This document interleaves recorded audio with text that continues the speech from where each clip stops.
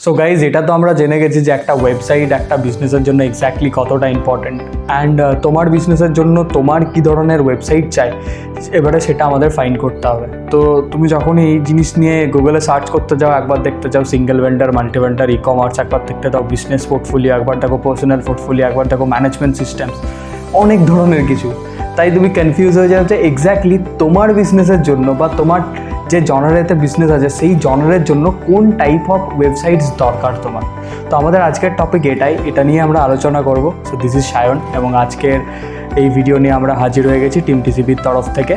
তো ফার্স্ট যে জিনিসটা নিয়ে আমি বলবো সেটা হচ্ছে যে যারা জিম ওনার আছে তারা যদি ভেবে থাকে যে তাদের কী ধরনের ওয়েবসাইট দরকার, তাহলে মেনলি তাদের একটা পোর্টফোলিও ওয়েবসাইট দরকার উইথ জাস্ট কিছু ফিচার্স ম্যানেজমেন্টের, যেমন সেখানে যদি অ্যাটেন্ডেন্সের ব্যবস্থাটা থাকে অ্যান্ড যদি পেমেন্টের ব্যবস্থাটা থাকে যে কে কখন পেমেন্ট দিয়েছে, কে কখন অ্যাডমিশন নিয়েছে, আর সাথে পোর্টফোলিও যে জিমে কীভাবে কাজ করানো হয়, কী কোর্সেস আছে, কী ধরনের জিনিসপত্রগুলো হয়। কেউ যদি অ্যাপয়েন্টমেন্ট নিতে চায়, যে জিম ভিজিট করতে চায় বা তার রেজিস্ট্রেশন করতে চায় যে হ্যাঁ আমি ভর্তি হব সেটার জন্য, বা কোনো কনসালটেন্সি নিতে চাই, কনসালটেন্সি অ্যাজ ইন যে কোনো ডায়েটিংয়ের ফুড চার্ট নিতে চাই কেউ, বা এক্সট্রা অ্যাডঅনস নিতে চাই, সেগুলোকে শো করানো, সব কিছুই তারা কিন্তু করতে পারে একটা ওয়েবসাইটের থ্রু দিয়ে। তো সেকেন্ড যে টপিক সেটা হচ্ছে যে রেস্টুরেন্ট। তো রেস্টুরেন্টের জন্য মেনলি যেটা ইম্পর্ট্যান্ট ওয়েবসাইটের ক্ষেত্রে যে হ্যাঁ একটা রেস্টুরেন্টে কী ধরনের আইটেমস অ্যাভেলেবেল আছে, কোন সময় কোন আইটেমটা অ্যাভেলেবেল আছে, যদি আনঅ্যাভেলেবেল থাকে সেটা আপডেট করা, যাতে মানুষ বাড়ি থেকে জানতে পারে যে হ্যাঁ আমি যদি এখন রেস্টুরেন্টে যাই, ডাইন ইন করতে যাই, তাহলে আমি এই জিনিসগুলো অ্যাভেলেবেল পাবো, এগুলো পাবো না।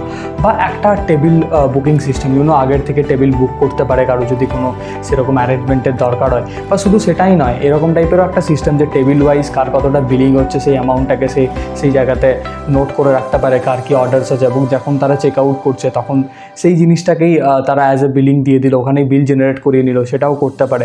এবং তার সাথে কোনো রেস্টুরেন্ট যদি চায় যে ডাইনিং আছে সাথে আমি হোম ডেলিভারিও করতে চাই, তাহলে ডেলিভারি সিস্টেমও প্রোভাইড করতে পারে, ওখানে অর্ডারসও নিতে পারে, তারা অনলাইন অর্ডারস নিতে পারে, এবং অনলাইন অর্ডারসগুলো নিয়ে পরে সেটার যে ডেলিভারি পুরো ট্র্যাকিংয়ের ব্যবস্থা হয় সেগুলোও তারা আস্তে আস্তে অ্যাডাপ্ট করতে পারে। অ্যান্ড এরকম টাইপের ওয়েবসাইট কিন্তু একটা রেস্টুরেন্টের জন্য দরকার হয়। এনজিওসের জন্য মেনলি যেটা দরকার হয় একটা পোর্টফোলিও দরকার, একটা বিজনেস পোর্টফোলিও, যে এনজিওটা কী কাজ করে, কী ধরনের কাজ করে, এবং তার সাথে একটা সিস্টেম, একটা পেমেন্ট গেটওয়ে সিস্টেম যেখানে থ্রু দিয়ে তারা ডোনেশনগুলোকে কিন্তু রিসিভ করতে পারে, সেটাও কিন্তু দরকার হয়। মানে ডোনেশনসগুলো অলওয়েজ এরকম নয় যে সব ক্লায়েন্টরা অলওয়েজ চেকেই দেবে। ডোনেশনসগুলো এরকম টাইপের যে তারা বিভিন্ন মেথডের টাইপের দিতে চায়, অনলাইনের থ্রু দিয়ে দিতে চায়, বা বিভিন্ন জায়গা থেকে স্মল অ্যামাউন্ট অফ ডোনেশনও যদি অনেকগুলো একসাথে পড়ে সেটাও কিন্তু একটা বিগ অ্যামাউন্ট হয়ে যায়। তাই এনজিওসের ক্ষেত্রে এই জিনিসটাও কিন্তু ইম্পর্টেন্ট যে তারা ডোনেশন সিস্টেমটা যাতে রাখে। যদি ফোর্থ হয় তাহলে যেটা বলতে হবে যে এডুকেশনাল সেক্টর বা এডুকেশনাল অর্গানাইজেশন, ইনস্টিটিউশন, এই জিনিসগুলো নিয়ে। এই জিনিসগুলোর জন্য মেনলি যেটা ইম্পর্টেন্ট সেটা হচ্ছে যে সবার ফার্স্ট যেটা দেখতে হবে যে সেটা হচ্ছে যে অ্যাটেন্ডেন্স সিস্টেম বা পুরো একটা স্টুডেন্ট ম্যানেজমেন্ট সিস্টেম। এই জিনিসটা কিন্তু খুব ইম্পর্টেন্ট, বা ইনস্টিটিউট ম্যানেজমেন্ট সিস্টেম। যে একটা ইনস্টিটিউট ম্যানেজমেন্ট সিস্টেমের মধ্যে এই জিনিসটাও থাকে যে কোন স্টুডেন্ট কটা ক্লাস অ্যাটেন্ড করছে, কীরকম রেগুলারিটি মেনটেন করছে। তারা যদি এক্সাম পোর্টাল রাখতে চায় তাহলে একটা এক্সাম পোর্টাল থাকবে অনলাইন এক্সাম দেওয়ার জন্য, তাদের মার্কসগুলো সেখানে আপলোড হবে প্রতিটা স্টুডেন্টের প্রোফাইল ওয়াইজ। অ্যান্ড শুধু তাই না, বিভিন্ন অ্যাসাইনমেন্ট সাবমিশন, অ্যাসাইনমেন্ট দেওয়া, এই কাজগুলোও করা যেতে পারে।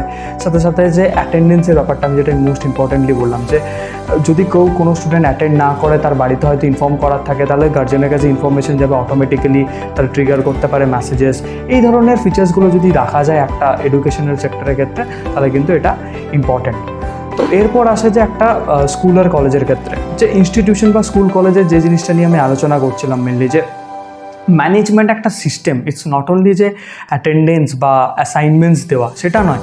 যে একটা স্টুডেন্ট যখনই ভর্তি হলো তার অটোমেটিক জেনারেটেড একটা রোল নাম্বার, সে যে ক্লাসে ভর্তি হলো তার একটা আইডি, এবং সেই আইডি থ্রু দিয়ে তার সমস্ত কিছু ট্র্যাক করা, যে সে কোন ক্লাসে কত নাম্বার পেয়েছে, কোন সাবজেক্টে কত নাম্বার পেয়েছে, তার কখন ফিস পেমেন্টের ব্যবস্থা আছে, কীভাবে সে ফিস পেমেন্ট করবে, সে কোন ক্লাসটা অ্যাটেন্ড করছে, কোন ক্লাসটা অ্যাটেন্ড করছে না, সে কোন সাবজেক্টটাতে বেশি বেটার, কোন সাবজেক্টটাতে পাচ্ছে না, এবং সেগুলোকে অ্যানালাইসিস করার একটা জায়গা, যে তার ইমপ্রুভমেন্টের জন্য কী করা উচিত, তার গার্জেনের কাছে ইনফরমেশন যাচ্ছে কি না।